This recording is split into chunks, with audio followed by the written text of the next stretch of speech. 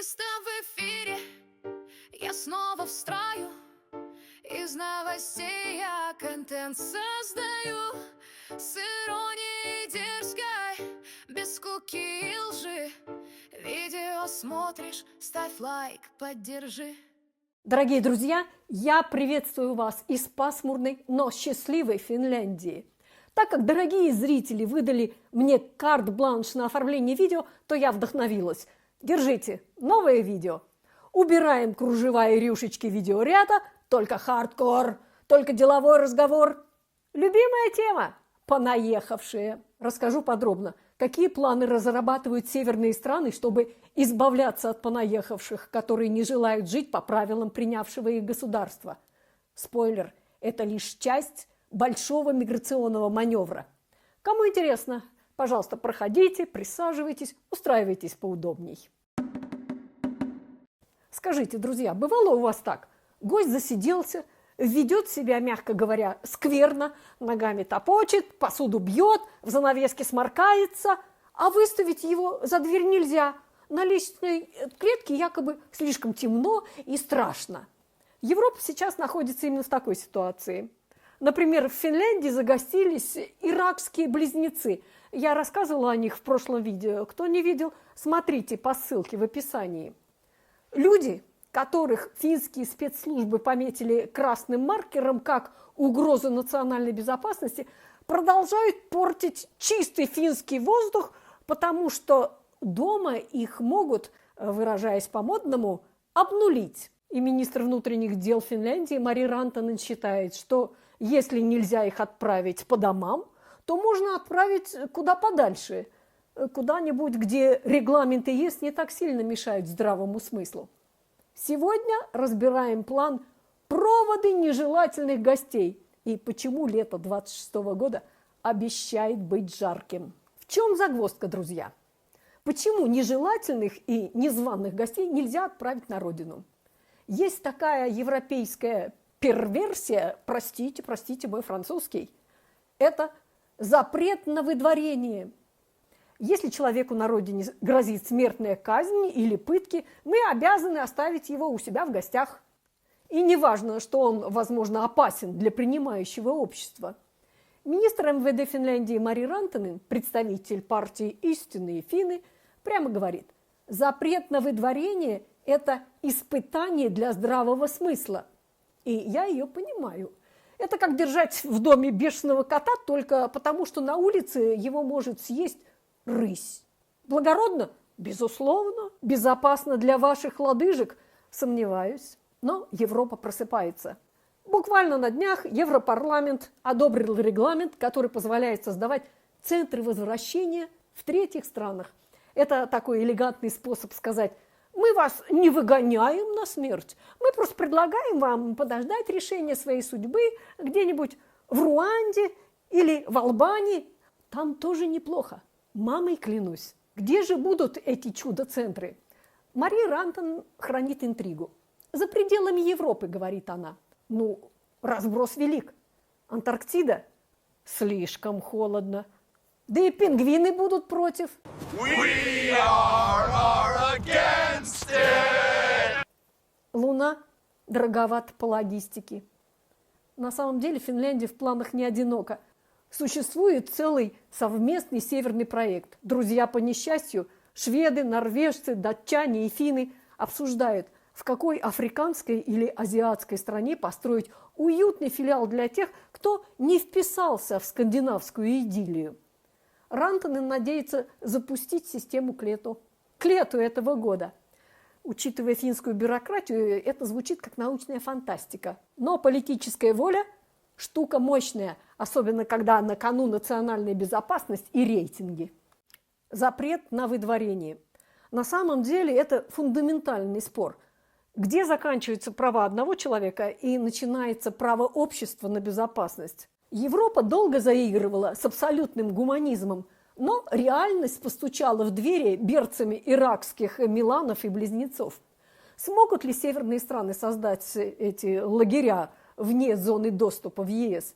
И не станут ли они новой юридической дырой, в которую хлынут тысячи и тысячи исков правозащитников? Узнаем уже скоро. Мари Рантанен обещала результаты к июню. И что самое ироничное в этой истории?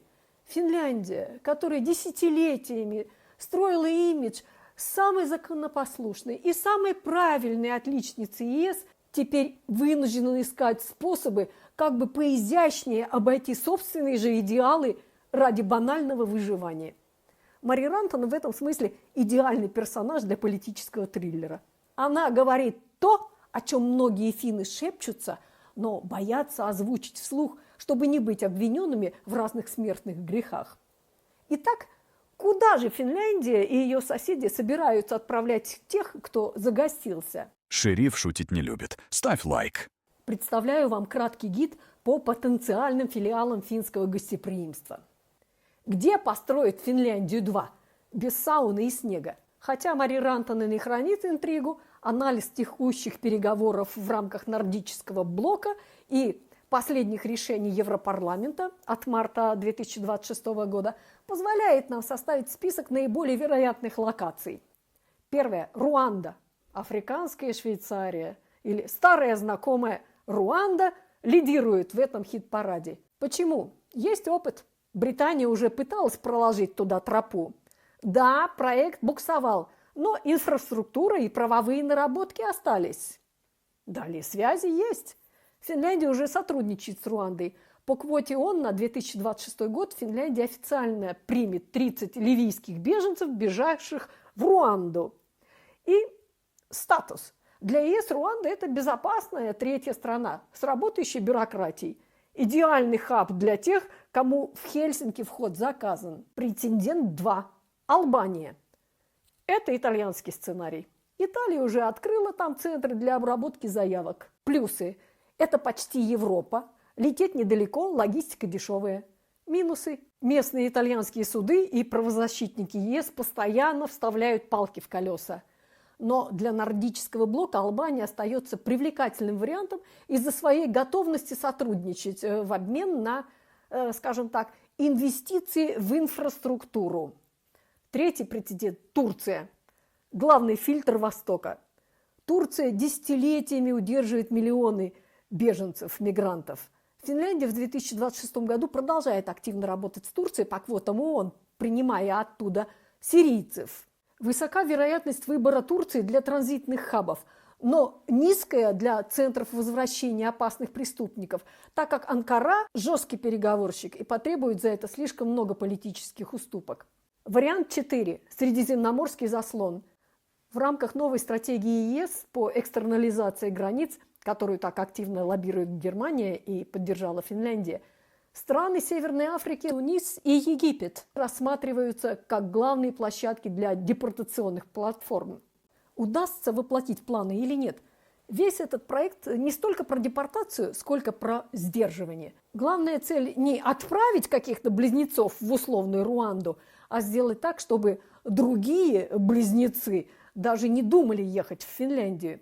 Перспектива оказаться в лагере посреди африканской саванны вместо уютного центра по приему беженцев в Эспо – это мощнейший антипиар. Главные препятствия для проекта – цена вопроса. Во-первых, дорогой входной билет. Чтобы третья страна согласилась принять нежелательных, ей нужно заплатить не только за их питание. Это инвестиции в их полицию, суды, тюрьмы. Суммы исчисляются десятками миллионов евро авансом. И само содержание такого центра в третьей стране обойдется финскому налогоплательщику в кругленькую сумму. Но все равно в разы дешевле, чем содержание всякой иракской иглобратьи в Финляндии. С финансовой точки зрения это катастрофически дорого в краткосрочной перспективе, но игра намечается в долгую. Один раз потратившись на центр в Африке, Финляндия сэкономит миллиарды на тех, кто передумает приехать. Второе препятствие – судебные войны. Правозащитники уже точат перья, чтобы завалить жалобами Европейский суд по правам человека, ЕСПЧ. Если каждый случай отправки в хаб будет обжалован, то процесс может затянуться на годы. Это самый трудный момент. По нынешним европейским законам, если адвокат подает апелляцию в ЕСПЧ и запрашивает так называемые временные меры, депортация или перемещение человека немедленно блокируются. Суд говорит, пока мы не разберемся, опасно ли для него Руанда или Ирак, он должен оставаться там, где он есть, в Финляндии. Нарушить это предписание значит пойти на открытый конфликт с Советом Европы. Для Финляндии это репутационное самоубийство. Поэтому план такой. Министр МВД Финляндии опирается на новый регламент ЕС о возвращении, который был одобрен буквально на днях, в апреле 2026 года. Идея правительства состоит в следующем. Признать третью страну, например, Руанду, абсолютно безопасной. Если на уровне закона ЕС страна признана безопасной, то апелляция в ЕСПЧ по поводу опасности пребывания там теряет юридический вес. Далее, перемещение вместо депортации.